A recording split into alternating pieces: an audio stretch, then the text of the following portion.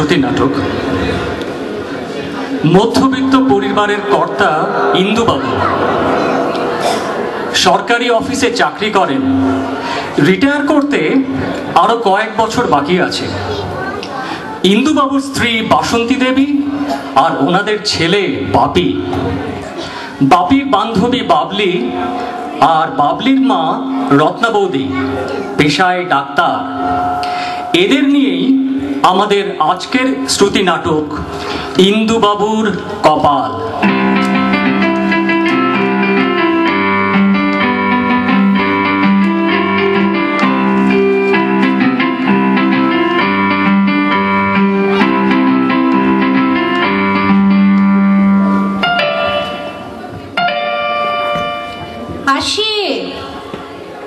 আজ ফিরতে এত দেরি করলে?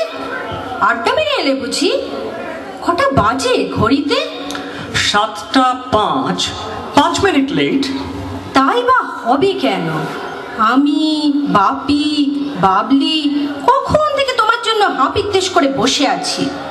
হঠাৎ আমার জন্যে? জরুরি আলোচনা আছে। আগে জামা কাপড় ছাড়ো, হাত মুখ ধো, তারপর বলছি। খুব জরুরি? আমার সঙ্গে? জরুরি সিদ্ধান্ত তো চিরকাল আমাকে বাদ দিয়েই নেওয়া হয়, আজ হঠাৎ? ন্যাকামি করো না, যথেষ্ট বয়স হয়েছে। চট করে ফ্রেশ হয়ে এসো। ভূত, বাবুর চাটা রেডি কর। এত ইমিডিয়েট অ্যাকশন না নিলেও চলতো মা, একটু রয়ে শোয়ে। সেটা আমি বুঝবো। শুভস্য শীঘ্র, এবং সেটা তোর জন্যে।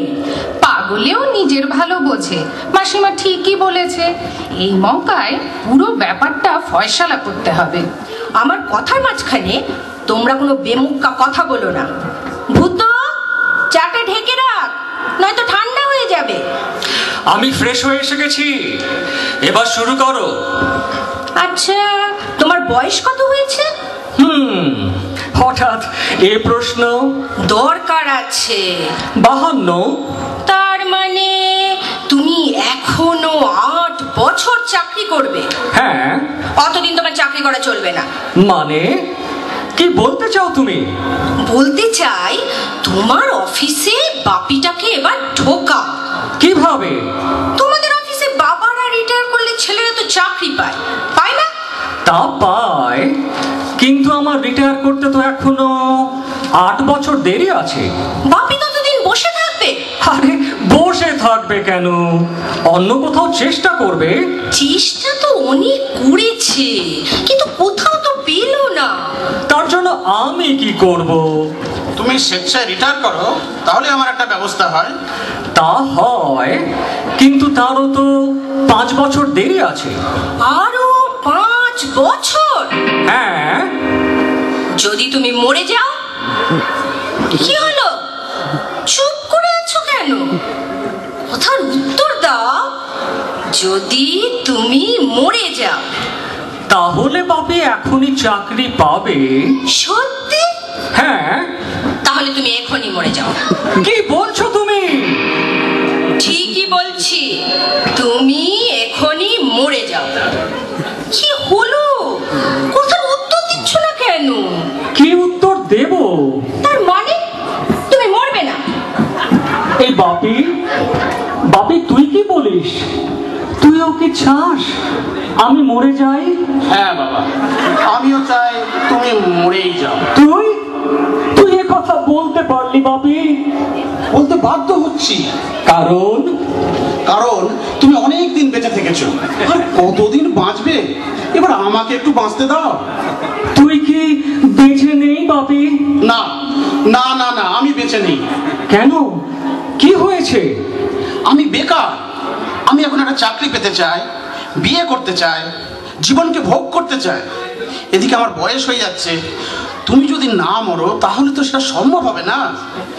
হা সংসার, এই আমার একমাত্র পুত্র, যাকে আমি বুকে পিঠে করে মানুষ করেছি। সামান্য অসুখ হলে দুশ্চিন্তায় ঘুমোতে পারিনি। এরই ভবিষ্যতের দিকে তাকিয়ে এই ফ্ল্যাট কিনেছি, ব্যাংকে টাকা জমিয়েছি। আমার মরে যাওয়াই ভালো। বাপির কথার উত্তর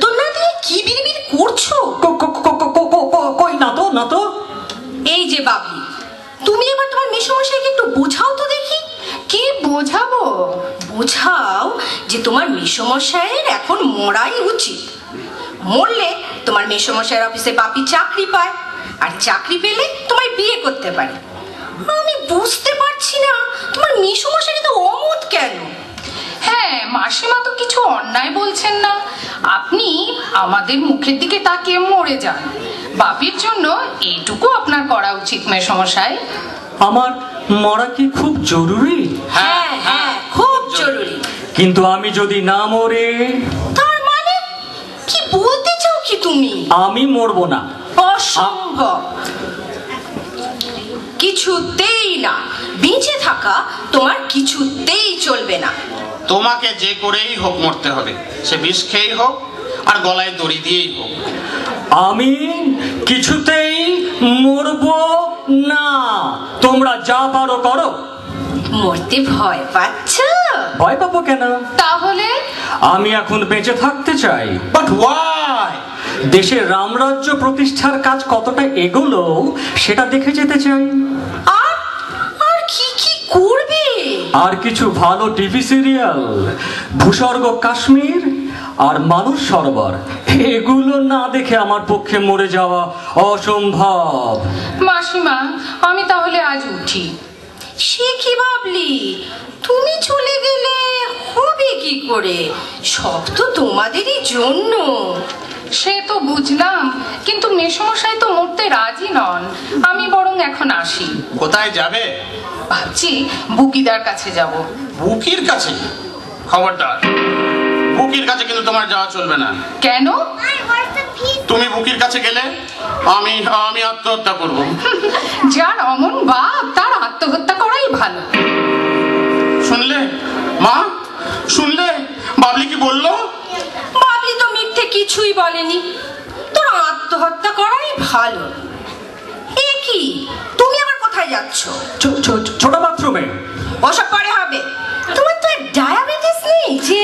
আমার এখানে বসে থাকতে ভালো লাগছে না। না লাগুক, তোমাকে এখানেই বসে থাকতে হবে। বসে থেকে আমি কি করব? আমি বিষ এনে দিচ্ছি, খাবে, খেয়ে মরবে।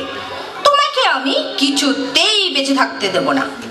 তুমি আরাম করে চাকরি করবে আর ছেলেটা আমার বেকার হয়ে ফ্যাফা করে ঘুরে বেড়াবে, তা হবে না, হতে দেব না। তোমাকে এখনই বিষ খেয়ে মরতে হবে। আমি মরবো না। মরবে না?